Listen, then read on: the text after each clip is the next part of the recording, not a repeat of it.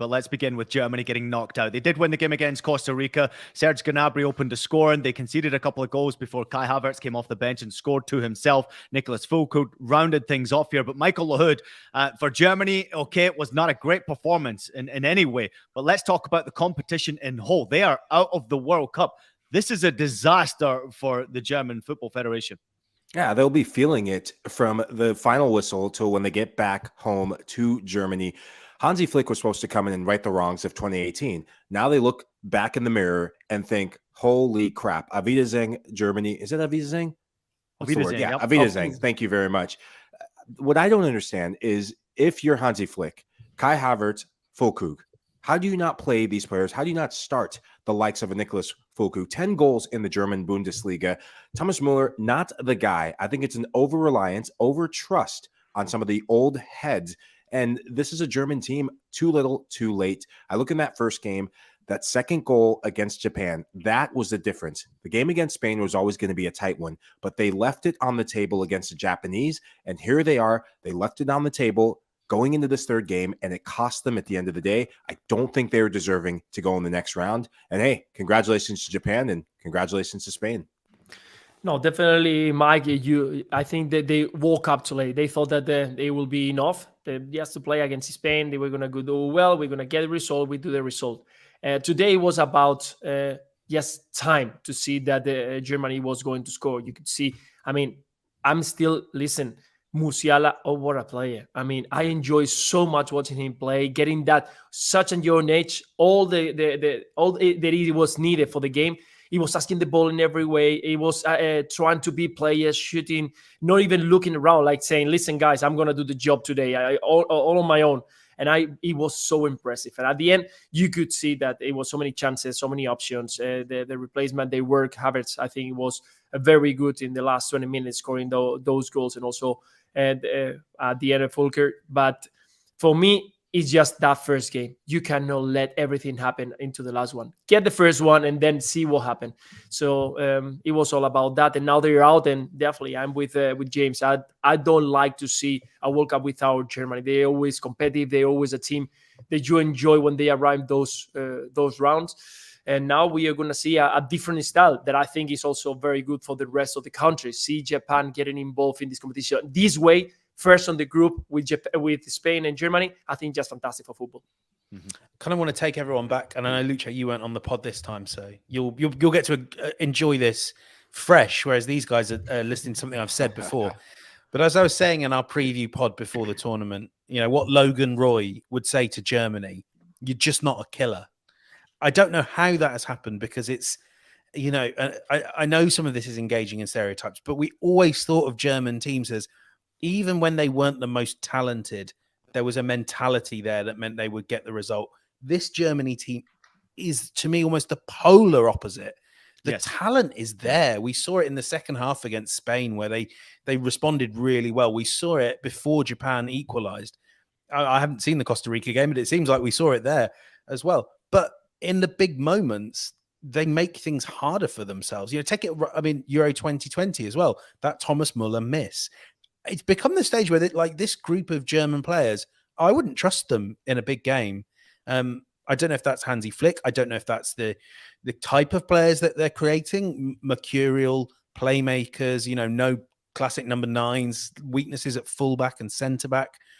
I don't know if that's kind of translates into a mentality thing, but whatever it is, I think that's what the DFB have to look at over the next 2 years, because the talent's there, but they're about to host the Euros, and I don't know if they'd be able to cope with that pressure.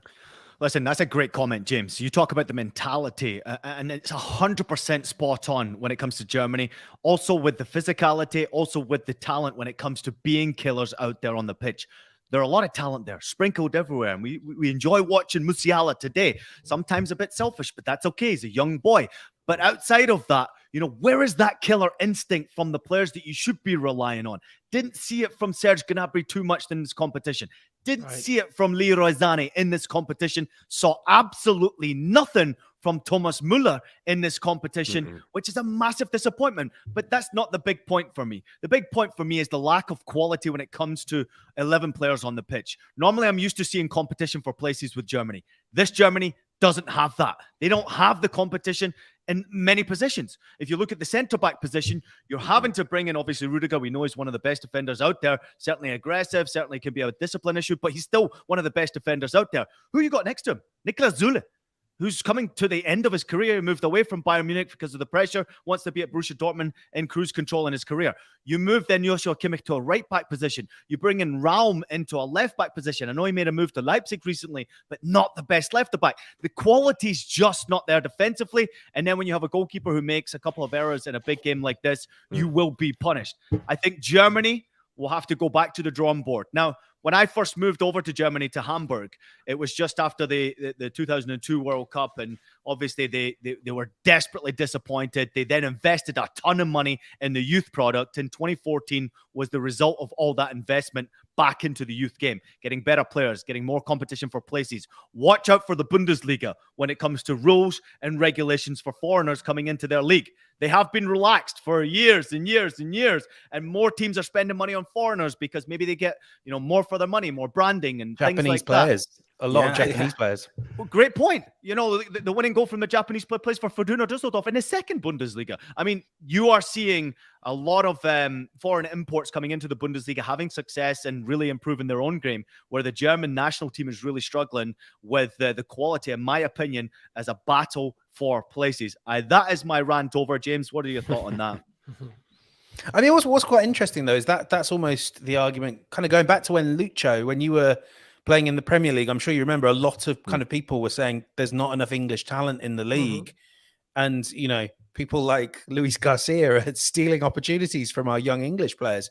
But almost the more open the Premier League's been, the better the English players have become, because you have to fight to compete at the very highest level. I almost wonder if, I know it's not quite as insular as England or maybe even as Italy, but I think some of these players in the Germany squad, more of them, would benefit from playing further abroad, from coming to the Premier League. A lot of it is Bayern Munich and Borussia Dortmund. And I think kind of as Bayern does, so does the German national team. This Bayern team, we've actually seen those, as you said earlier in the season, we saw those weaknesses in the Bundesliga, a slight brittleness to them. And I think that has translated to the international stage. Yeah, James, we were talking about that with the Mexican national team. That's the difference between a competitive national team and a just domestic national team, if we can call it this way. When you are you got a squad full of 18 players that they are playing, for example, in La Liga, you don't have the different expertise that you're going to learn, the different ways of play that you can get when you play in the Premier League, in the Bundesliga, in the Calcio. So at the end, that's the difference. You need that. You need to have your own teams, your Spanish players or German players in this occasion playing abroad, playing in England, playing in La Liga, playing in Italy, because they will bring that different styles of play to your team. They will have different expertise, different abilities, and that's going to make a more competitive team. So we talked about that with Mexico, and I think it's what is happening with this German national team. When you got that, you're not going to be successful. You need different style of play. When I look at this German national team and I look at the demeanor of Hansi Flick going into this World Cup, going into that first game, I think a bit of overconfidence, because that first half, that first 50 minutes, it was one-way traffic. They were rolling out the carpet and really passing the ball along, passing it in the box. Maybe should have shot the ball earlier, maybe made the extra pass. They weren't bothered. Then they get punched in the mouth. And really their first sense of, what's the word I'm looking for? The first sense of, let's say, conflict, the first sense of trouble that they have to face at a World Cup, at a major tournament, with a group that didn't stack up, that didn't have the guts and the mettle to deal with it. Don't forget they got put out in the group stage last World Cup as well. Yeah, that's true. But I mean, with Hansi Flick, he looked shell-shocked. once that Japanese second goal went in, didn't have a response, and then it was scrambling. Then it becomes, do you go with the trusted Bayern Munich players that you know, or do you go with players? I see this throughout the World Cup. Do you go with the players, the old heads, the old guard, the players that you know, or do you go with players that are in form? The fact that Nicholas Füllkrug, when you have a striker who scores a goal in a massive game that gets you to that last game, how you do not play him, start him earlier, get him on the field earlier, that is on the manager. That is a coaching decision. And those are the things that cost you in the major tournament. They won this game though, Mike, right? I don't think it was really a problem winning this game. They were in trouble a little bit in this game, obviously with Costa Rica taking the lead, but they still won the game at the end of the day. I think that's the whole group stage in general, just not getting the job done in general. But my point goes back to that. You have a striker who's he's tied third in the Bundesliga for goals. You need a striker. Is he really good enough for the German national team? Is he really good enough for the German national team? He's shown he's good enough for the German national team. Not for me. With what he's done in the World Cup. You're looking at players in your domestic league, right? Majority of these players are in your domestic league. And when you need a goal, you brought him in late because Timo Werner is not playing or was injured. I think you got to give him more of a chance than you did earlier in the games.